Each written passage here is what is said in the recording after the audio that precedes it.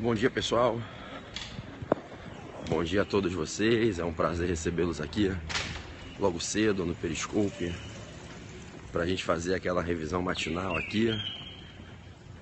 Hoje a gente vai falar um pouquinho sobre mandado de segurança aqui no Periscope durante essa caminhada tranquila que eu faço aqui saindo de Niterói para pegar o catamarã para o Rio de Janeiro, chegando já aqui à praia, me dirigindo à estação para cruzar a Baía de Guanabara indo para o Rio de Janeiro.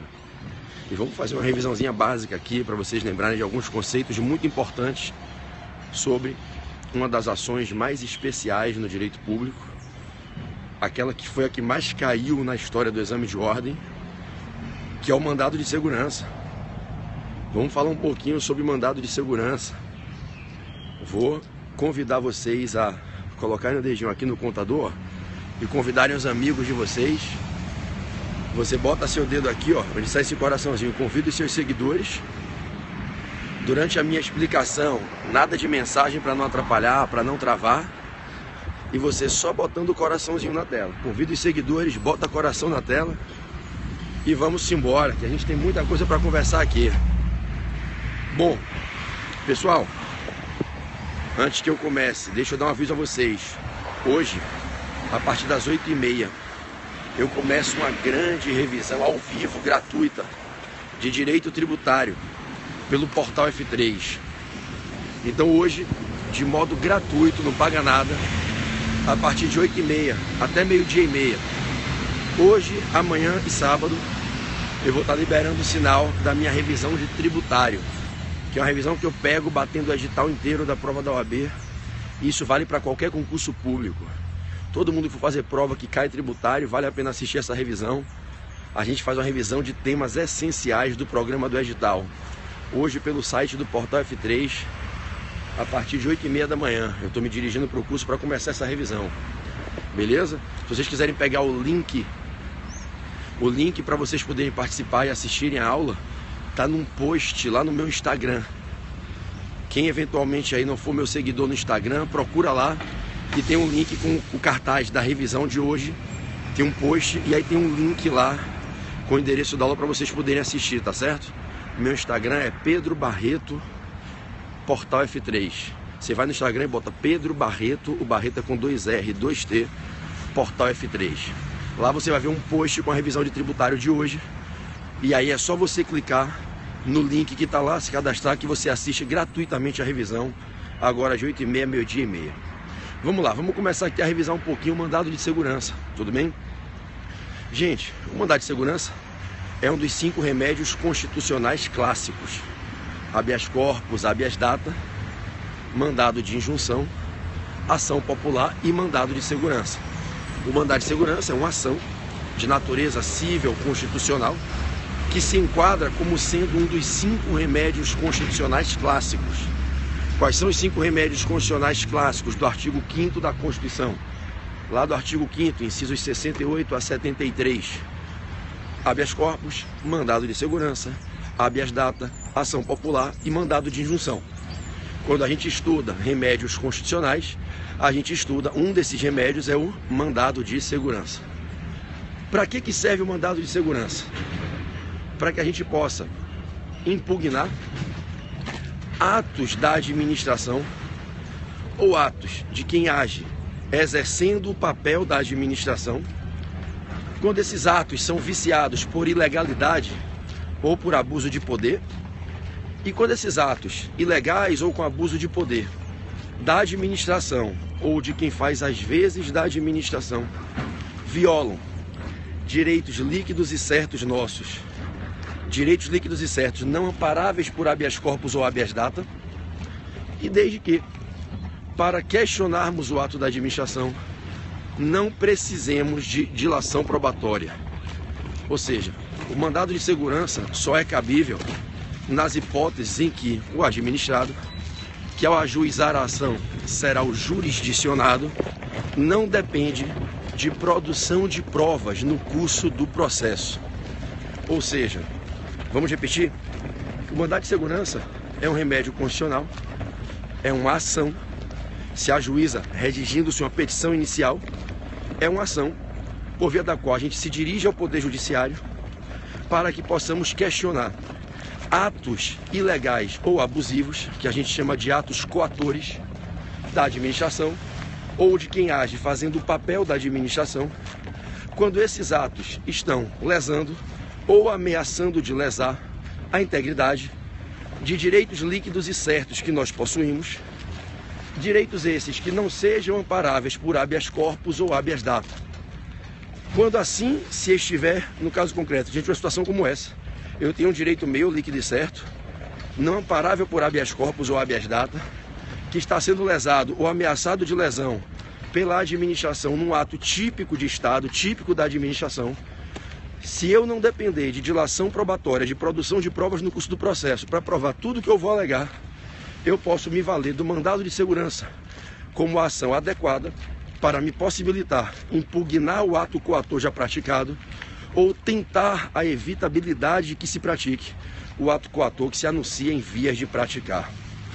Importante frisar, lembrando vocês, que caso se trate de um mandado de segurança em face de um ato coator já consumado, é imperioso respeitar a regra da tempestividade dos 120 dias.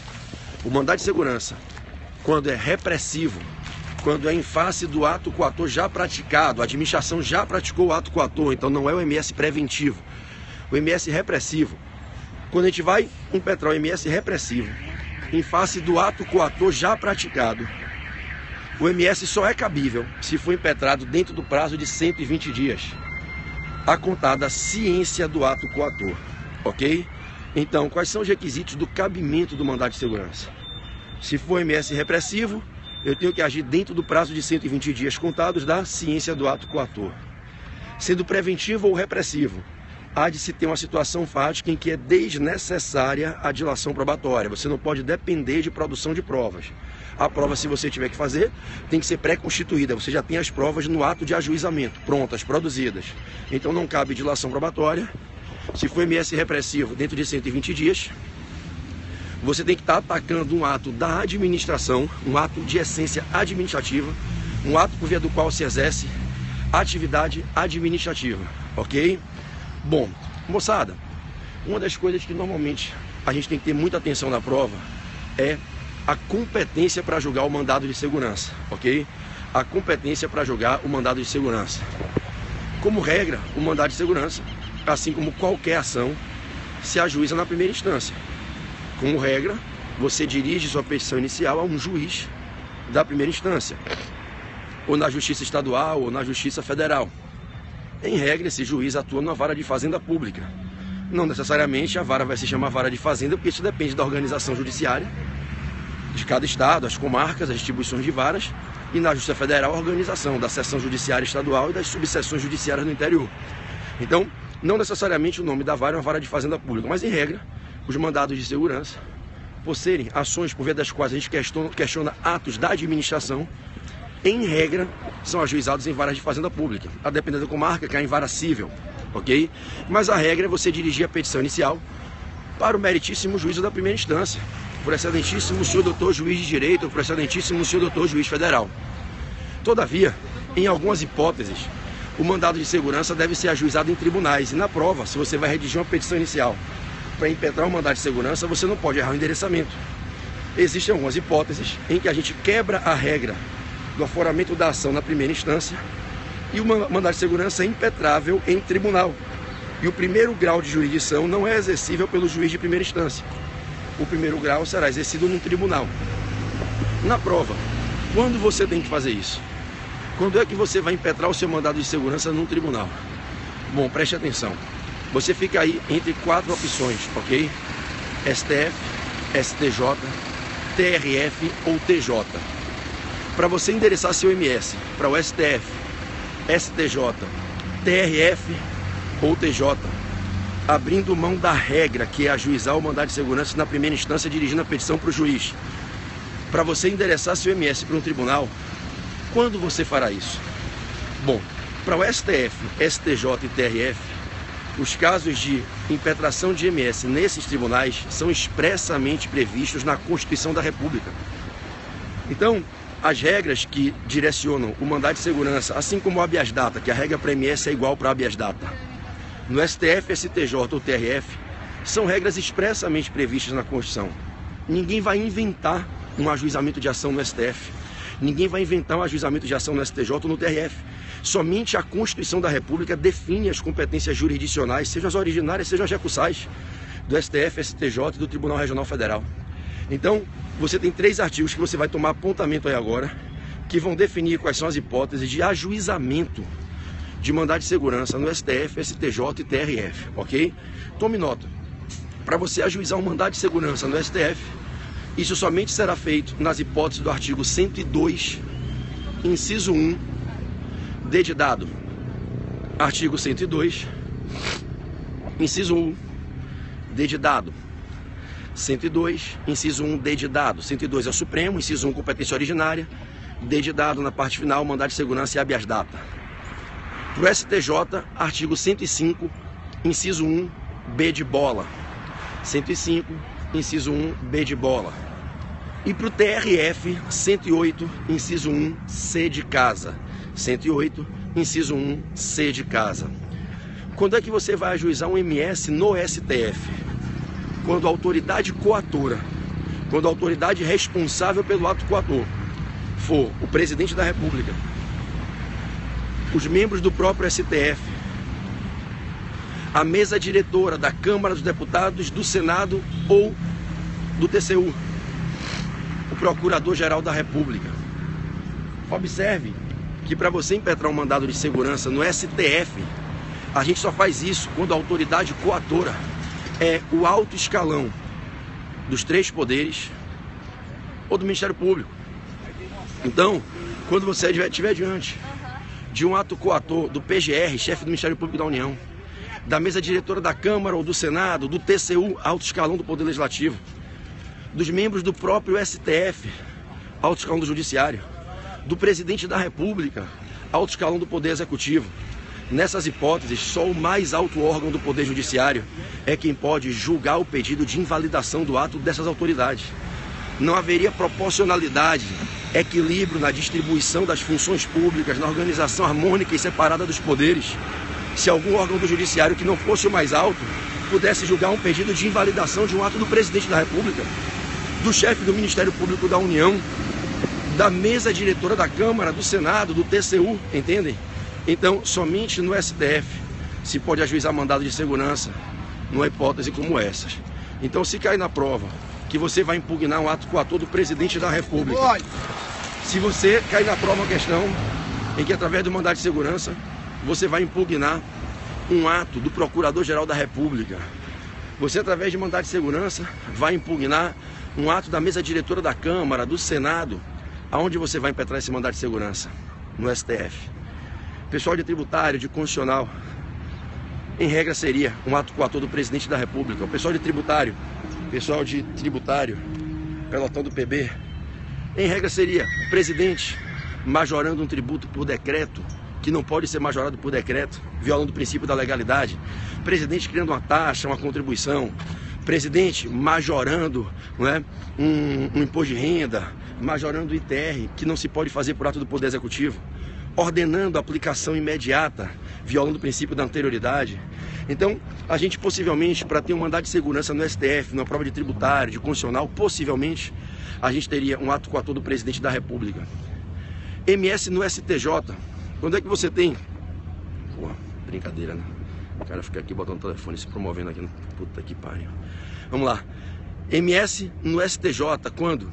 Quando você tem ato coator dos ministros de Estado, dos comandantes das Forças Armadas ou do próprio STJ. Então você vai com o MS para o STJ quando a autoridade coatora dentro do Poder Executivo está no 2º escalão.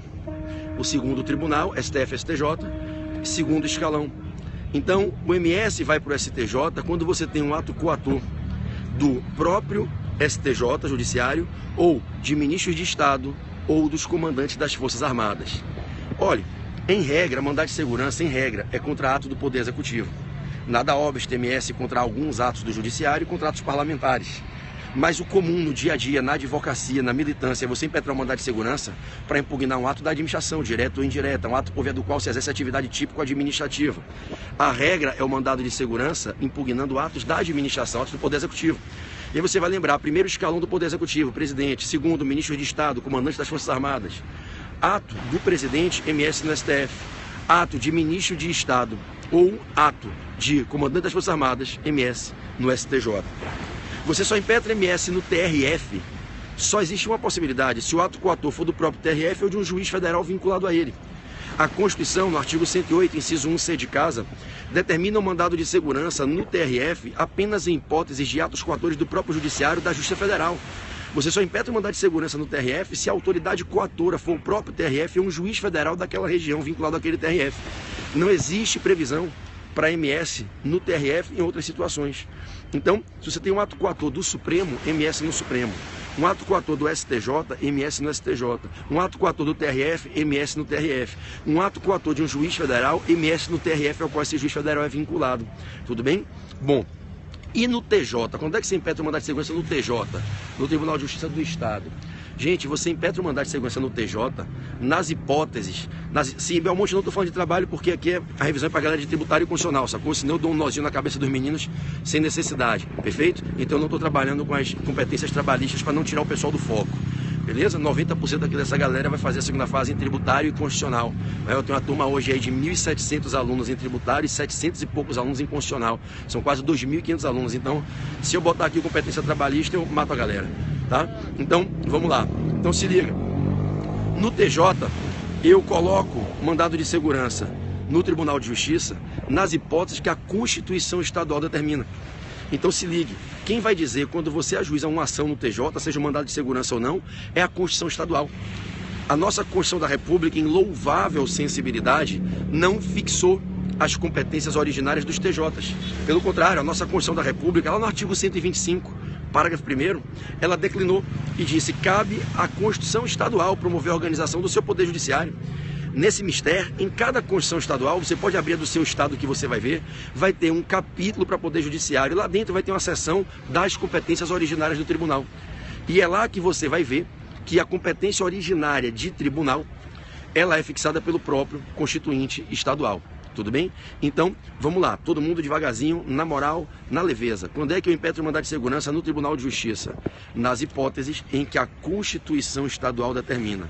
Por exemplo, é comum que as Constituições estaduais determinem que MS, em face de um ato coator de governador, seja no TJ.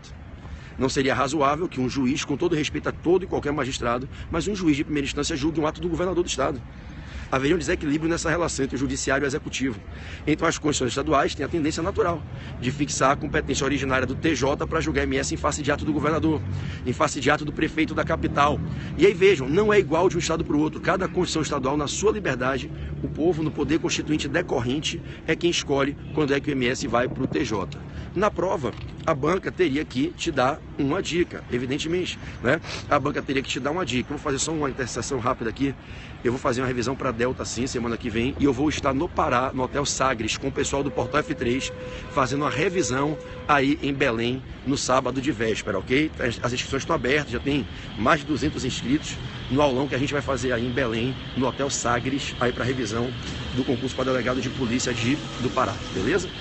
Então, pessoal, para a gente fechar isso aqui, que eu já vou entrar para pegar o barco agora. Tá fechando já aqui a catraca, só pedir um café ali. Então vejam, se você estiver na prova, o mandado de segurança, você só vai impetrar num tribunal se for uma dessas hipóteses que eu falei aqui, tá legal? Posso pedir um café duplo? Pode ser?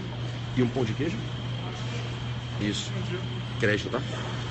Então, obrigado, querido. Se for uma hipótese dessa, eu vou estar em Marabá antes. Eu vou para Marabá e Tucuruí, terça, quarta e quinta. Belém, sexta e sábado. Manaus, domingo, segunda e terça. Bom, rapidinho pra gente fechar, que eu vou pegar o barco ali. Daqui a pouco eu faço uma segunda parte dessa revisão para vocês. Vamos só fechar endereçamento. Não sendo um desses casos de ajuizamento do MS num tribunal, você vai ajuizar na vara. Você vai ajuizar na primeira instância, dirigindo a petição inicial a um juiz da primeira instância, evidentemente. E aí preste atenção, qual é o critério para na hora da prova você decidir se você dirige sua petição inicial a um juiz da Justiça Estadual ou a um juiz da Justiça Federal? O critério é simples. Se a autoridade coatora for federal, você aplica o artigo 109, inciso 8 da Constituição. Se a autoridade coatora for federal, você aplica o artigo 109, inciso 8 federal. Você... Tá aberto ainda ali, não tá? Já. Ai, caraca. Putz. Derramei o café. Pode deixar. Deixa. Não vai dar tempo de pegar. Valeu, obrigado, tá? Desculpa aí, tá? Derramei meu café. Você abre aqui pra mim? Valeu. Então, você vai ajuizar para um juiz federal. Derramei meu café, só o pão de queijo veio. Se você estiver diante de uma autoridade coatora federal. Não sendo federal a autoridade coatora, você ajuiza para o juiz estadual, ok? Agora, tome cuidado com o conceito de autoridade coatora federal por equiparação legal, que é aquela autoridade coatora do artigo 2º da lei do MS. A autoridade coatora federal por equiparação legal é uma autoridade do Poder Executivo estadual ou municipal ou do DF, mas que pratica um ato coator que desfere efeitos patrimoniais suportáveis pela União ou pelas estatais federais. Aí essa autoridade coatora que integra o quadro de pessoal do estado, DF ou município é considerada autoridade federal. E aí o MS vai para juiz federal. Você aplica o artigo 2º da lei 12.016. Tá bom? Eu vou entrar no barco aqui, galera. Tenho que me despedir de vocês. O barco já está saindo, sendo o último a entrar para variar. Mais tarde, ao longo do dia, eu faço uma segunda parte dessa transmissão com vocês. Valeu? Um beijo a todos. Fiquem com Deus. A gente se vê.